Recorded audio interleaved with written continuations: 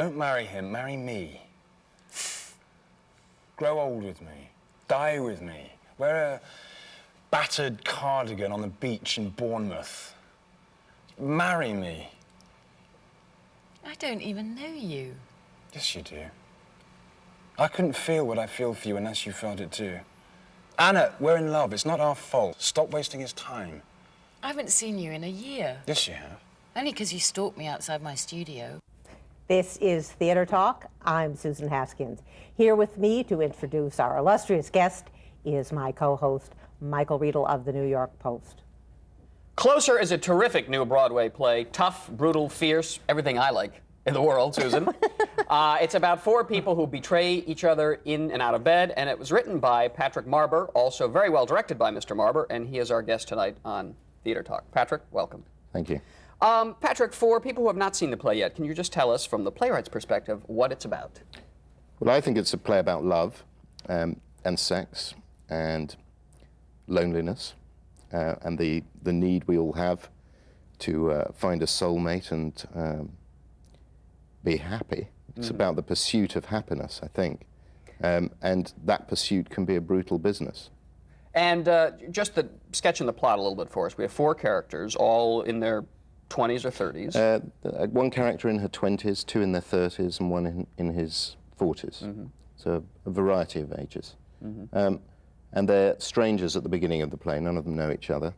And during the course of the play, they all meet, fall in love, fall out of love, have sex, betray each other over a 4.5-year period. And then by the end of the play, they're all strangers again. Mm-hmm. None of them will probably see each other again, I suspect. And they've all screwed each other up in some way, haven't they? All screwed each other? Yes. What was the germ of this play? What got you started writing it? Was there a scene you wrote first or a concept you worked from? Well, yes, I've gone on record as saying that I was in a strip club in Atlanta a couple of years ago, and there was a little germ there, but there were other things as well. But the first scene I wrote in the play was a scene set in a strip club, a strip club in London. But it was personal stuff in my friends' lives. I mean, I have a lot of friends in London who think that they are in the play.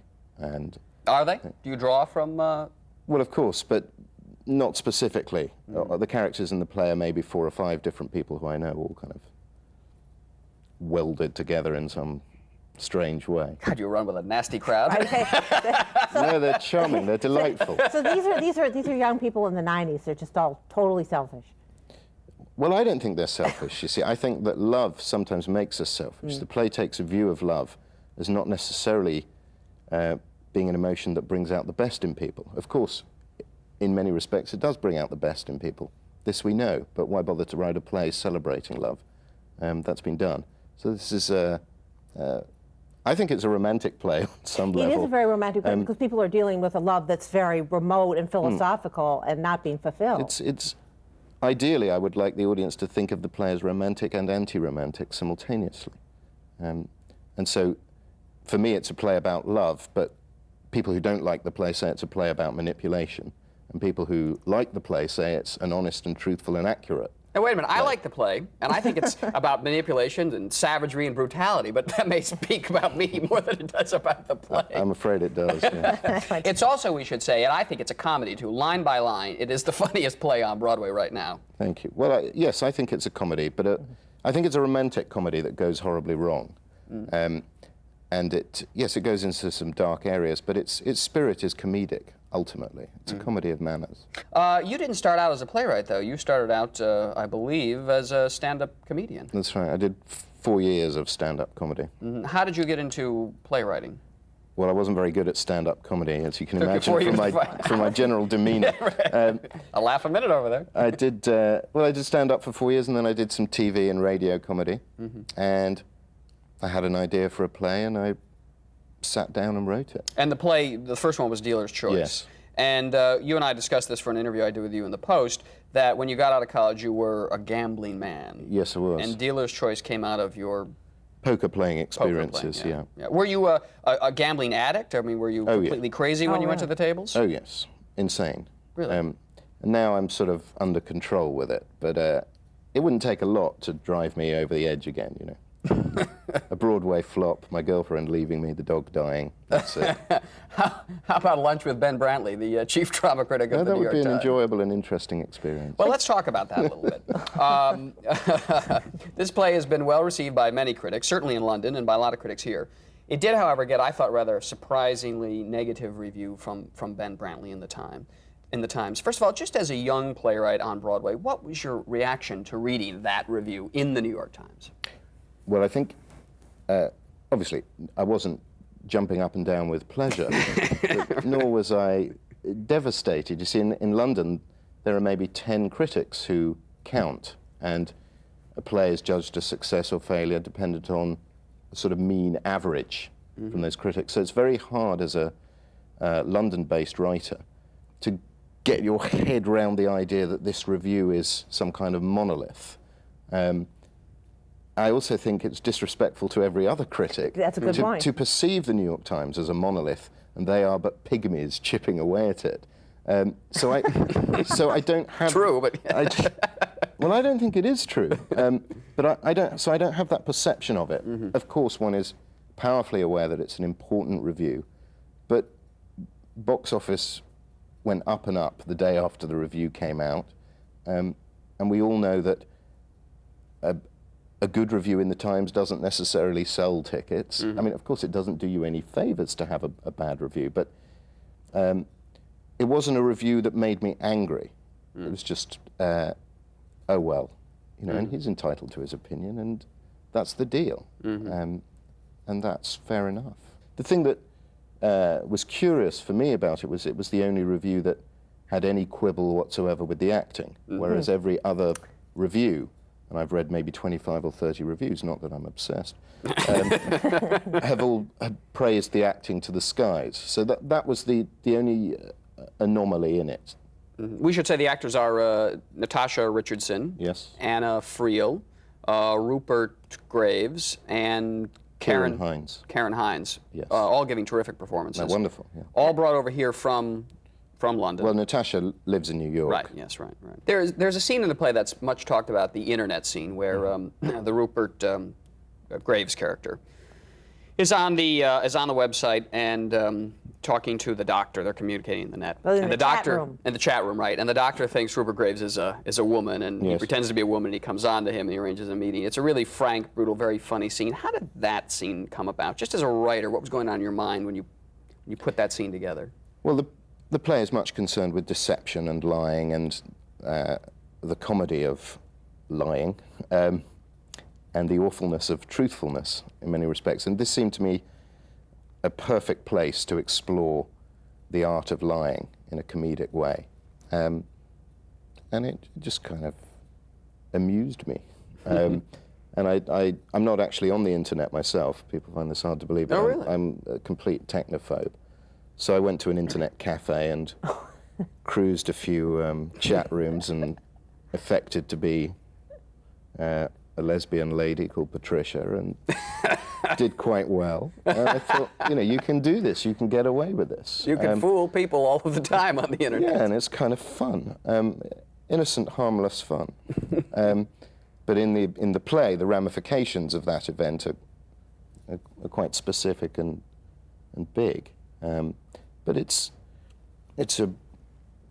the oldest trick in the world. The man disguised as the woman, or the woman disguised as a man. It goes back in literature all the way back to Shakespeare and before. It's Yeah, I mean, this play... an old comedic device with a new twist to it. Right, exactly. I mean, for all of our talk about this being, you know, a hip, trendy kind of a play, it actually seems to me to have its roots in classical theater. Yes, very much so.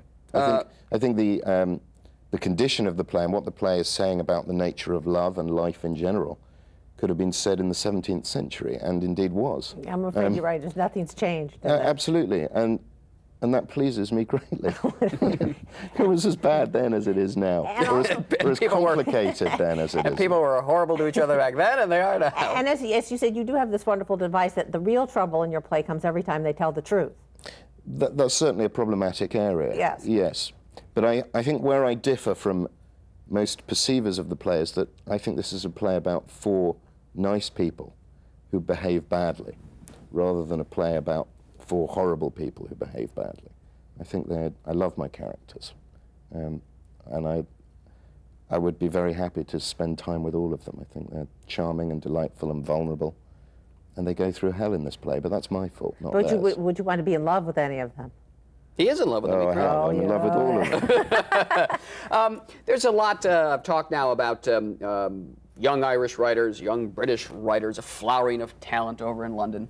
What's going on? Is there something in the water over there that you're all drinking and writing terrific plays? What's happening? I think journalism is happening.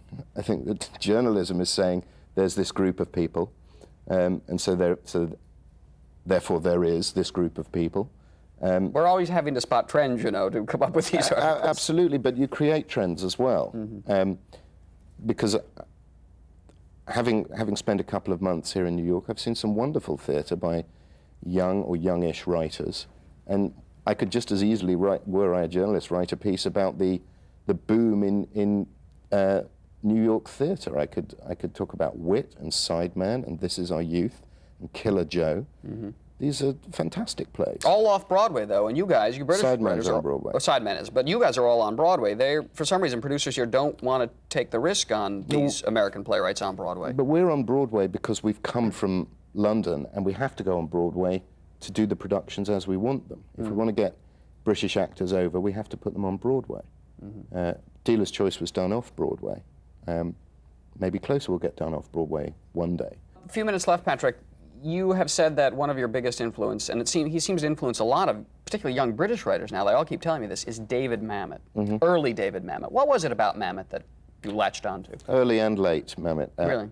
I'm as much influenced by his writing about the theatre as I am about his plays. His essays on acting and directing? And... Yeah, his aesthetic, which is a rare thing to have an aesthetic.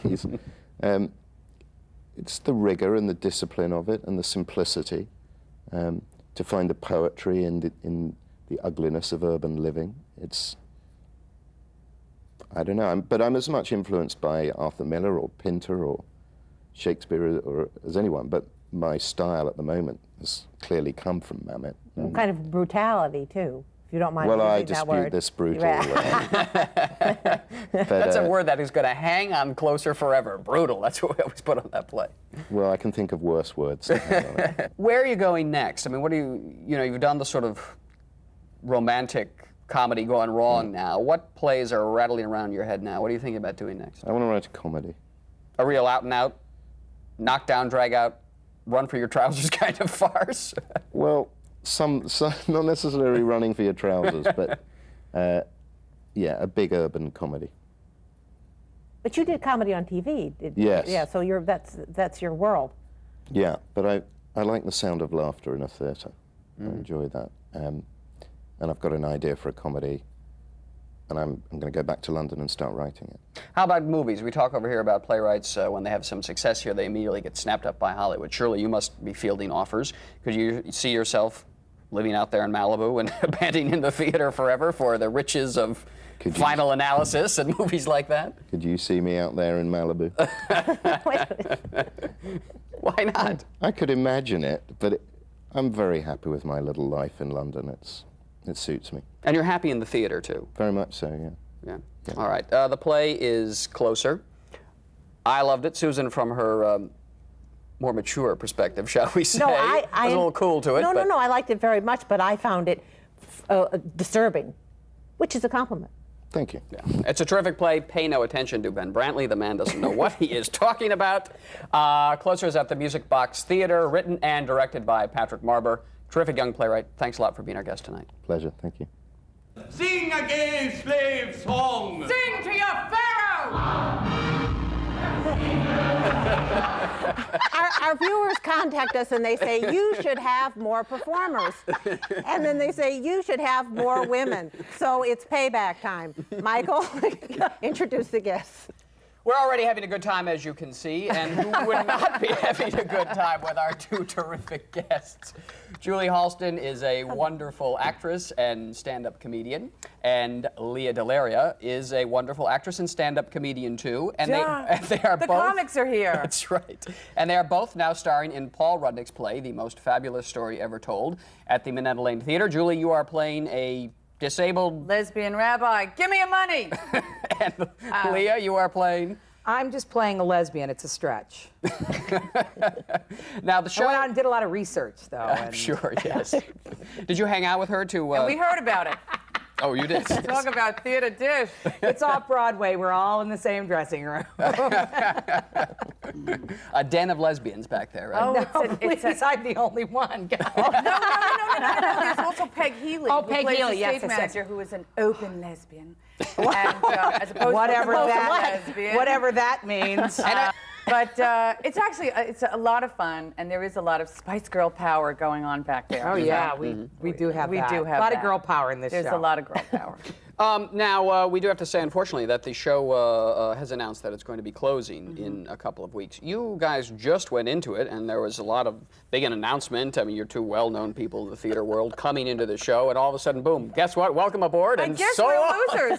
I guess we're losers. No. Yeah. Loser. Loser. This is. I mean, we'll see what happens. I think the show.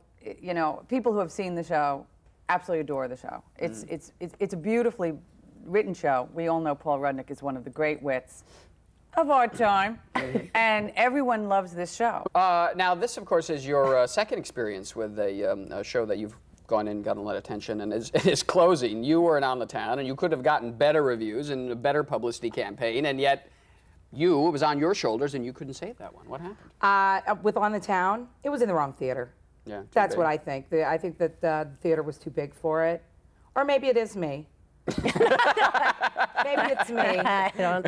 Hi, I'm Broadway's newest star, and I'm in the unemployment line. And Their career will turn yeah, around. I think that the Gershwin Theater is a barn. It's a 2,000-seat theater. I think only specific kinds of plays can go into that theater. And as soon as George said we're going to go in the Gershwin, Seawolf. I got on my knees and begged, not the Gershwin, any theater but the Gershwin. Wait another month, get another theater. Right. Yeah. But you know, he really thought he could do it, and the show actually got pretty good reviews. I mean, there was only 2 bad reviews out of all the reviews, and it just, you know, I just think that that's a barn, and when you go through the winter doldrums on Broadway, Okay.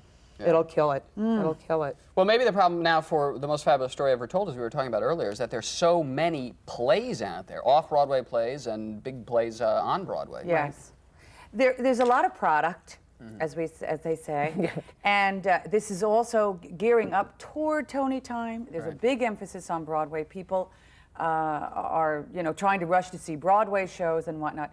And I think what we're sort of hoping is that people kind of pick 1 or 2 off-Broadway shows, and we'll be the one. Right. And That's why I you got said, up so early in the morning to come on and do this show. Well, I mean, when you see the show, you realize it's a very funny. great show. It's too bad they can't hold on till Pride Month. Not that you're just a show for gay people, but you do great business then. Absolutely. When that crowd comes in. I do want to ask you guys just It would be smart to do that. Yeah, it'd be smart to do that. Yeah. You know, I always think, and you know what, I'm not a producer, I'm not the one that has the money, but I think once you've thrown a certain amount of money at something, throw a little bit more if you know you're going to make some down the line. Are you disappointed in your producers? I'm not disappointed in my producers, no. I'm not. No, I'm not. Not at all. I'm not going to get a real answer to that question. I really do. No, I'm not. No, that's your real answer. I'm not. That's right. There's obviously something I'm disappointed in, but I'm not going to tell you what it is, and it's not the producers. And not saying otherwise. I do want to talk to you. You are both. You are a dish queen. You are trying to get me in trouble. Have you read my column today about Forbidden Broadway and the rats was it backstage? good? Oh, that's one thing I'm glad about On the Town closing, because I was in terror of what Forbidden Broadway was going to do to me.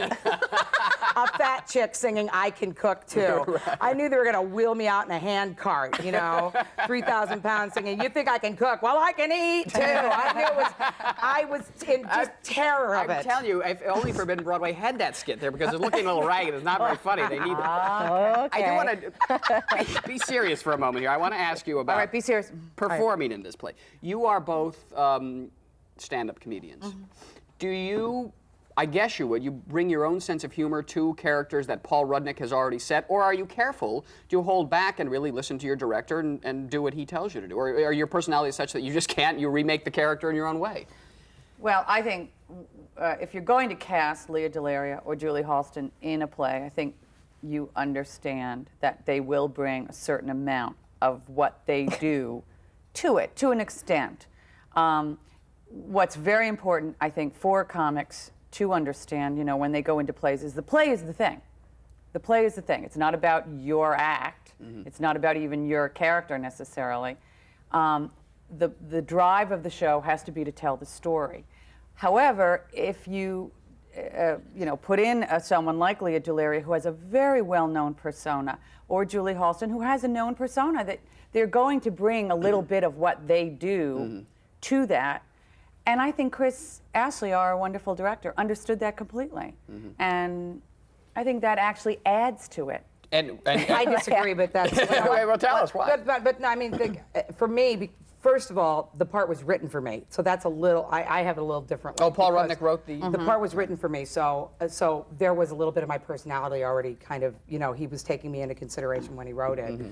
Also, I was an actor and a singer before I was a stand-up, and I couldn't. So, you know, I mean, I think that as a stand-up, I do one thing. As an actor, I do something else entirely different. And you can shut it off. As a matter of fact, I have to lose a muscle as a stand-up, and that's something I work very hard on. And the muscle is listening, playing to the audience. You have to lose that muscle when you're acting, because the play is the thing, and what's going on stage is the thing. And what the only thing you want to do is listen to them for the laughs for when to come in, technical acting. Right. But as an actor, it's about what's going on in the people on that stage. I try not to bring my personality into a character. That's really important to me as an actor. But I do think producers, again, thinking like a producer, I think if as a producer you might think to cast people like Lea DeLaria, Julie Halston, people who have personas that And personalities. are known, and personalities that are known, that you might not mind Right. if some of that. As an actress, yes, you can't bring that. You have to bring what the character is. But I'm just saying. Well, see, I think that in some ways that's the death of theater. I think that when producers cast, you know,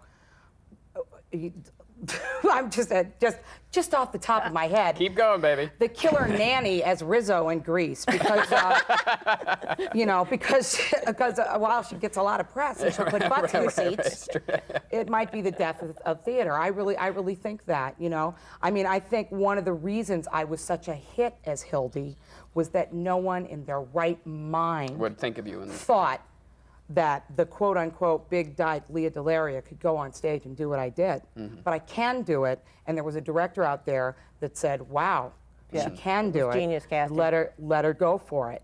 And I think that when you get a director and a producer that is willing to let the talent be talented, not just put butts in the seats, because sometimes just the talented talent will put butts in the seats. We might see a really artistic rebirth on Broadway. I agree with you. Broken-hearted. Well, I agree. It's just that I also know that Grease ran for a long time with frightening people. Oh, gosh. Frightening people doing know, that you were role, just- but it kept that thing And now the going. Menendez brothers in Greece, you know. We want to keep that thing going. I know we want to keep it going, but I'm also thinking that, you know. Yeah, well, no, it's true. I mean, for my money, the death of theater is Footloose. I don't know if you've seen that, but that has Okay. nobodies in it, and there will remain nobodies, I think. Now, I'm brokenhearted. We have to stop. Well, we're sorry for the most fabulous story ever closed. The most fabulous story that ever closed.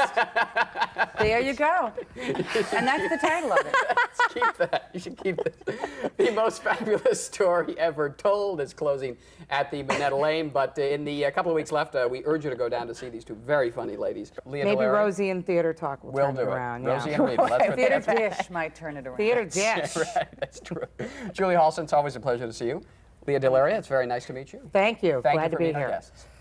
We should add that Lea's at Joe's Pub for the next 2 Mondays. Julie? I'm doing a Stanley Tucci film next week. I'm filming it, and we are both doing a drama department benefit honoring Paul Rudnick on April 19th, which is going to be it's actually a sellout already, apparently. Terrific. So, Well, thank you very much for being a thank guest tonight. you. Thank you. We'll see you next time on Theater Talk. And now for any Tony nominators who may have missed it, here's Lea DeLaria and Jesse Tyler Ferguson in On the Town. Come up to my place. Let's go to Cleopatra's Needle. Let's go to my place. Let's see Wanamaker store. Let's go to my place. Let's go to Lindy's. Go to Let's Lucho's. go to my place. Let's see Radio City and Herald Square. Let's go to my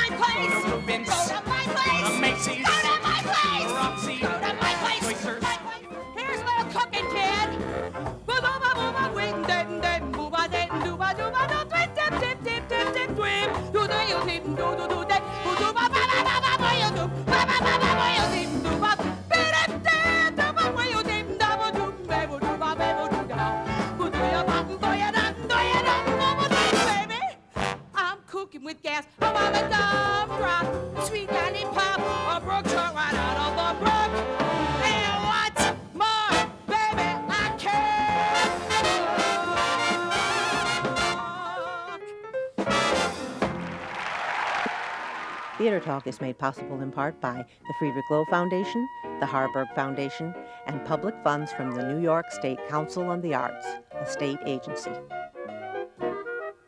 Playbill Online is the official website of Theater Talk and the home of the Playbill Club, providing exciting opportunities for theater lovers.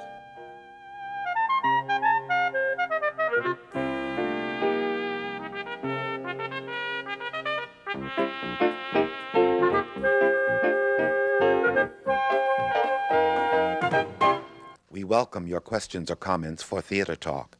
Thank you and good night.